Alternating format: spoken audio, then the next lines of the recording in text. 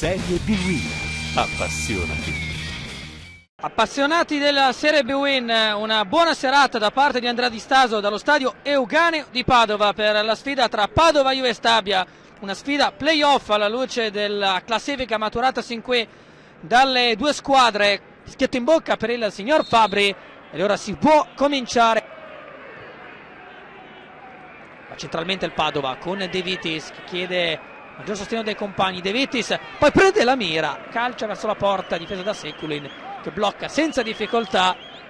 De Vitis, De Feudis, Farias che ha cambiato la sua posizione, occhio al brasiliano, il tocco per Babacar, un rimpallo, Cutolo, il miracolo di Sekulin.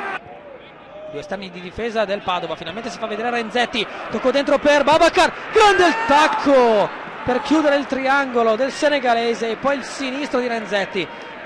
Martinelli per Di Quonzo a chiudere in avanti la Juve Stabia dopo una lunga fase favorevole ai padroni di casa. Suciu, pallone morbido per Acosti che si coordina per la battuta al volo con il destro, palla che termina sull'esterno della rete.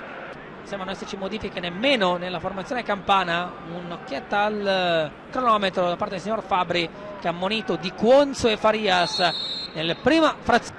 Farias di testa restituisce all'ex bresciano, cerca il cross, pallone dentro, De Feudis si coordina, c'è una deviazione. Suciu ripropone per Acosti, sta per arrivare in sovrapposizione Gidai, pallone morbido, attenzione Improta che si gira col mancino, trova la deviazione. Farias tra le linee per De Vitis, allarga poi sulla sinistra dove c'è Cutolo che si coordina per il traversone, palla sul secondo palo, De Feudis non la trova, poi Babacar, il vantaggio del Padova al settimo della ripresa. Babacar segna il primo gol in stagione. Ancora Improta alla battuta sul secondo palo, occhio da Acosti, si stava coordinando per il tiro al volo, lo ha preceduto Cellini. Ora già battuto da Viviani per Cutolo, eccolo l'esterno campano, la mette dentro, la rovesciata e attenzione alla paratissima di Sekulin che è venuta alla battuta affidata al mancino di Scognamiglio, di testa Mesavila, poi Caserta, il miracolo di Silvestri.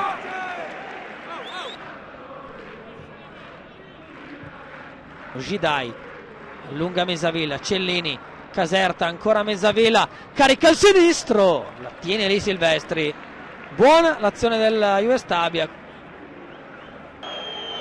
Tocco fuori per Zito, palla sul sinistro, cross arcuato, Martinelli, Gidai in qualche modo raggiunge Verdi che rientra sul destro, Verdi vede la porta, cerca il tiro e poi l'ultima conclusione.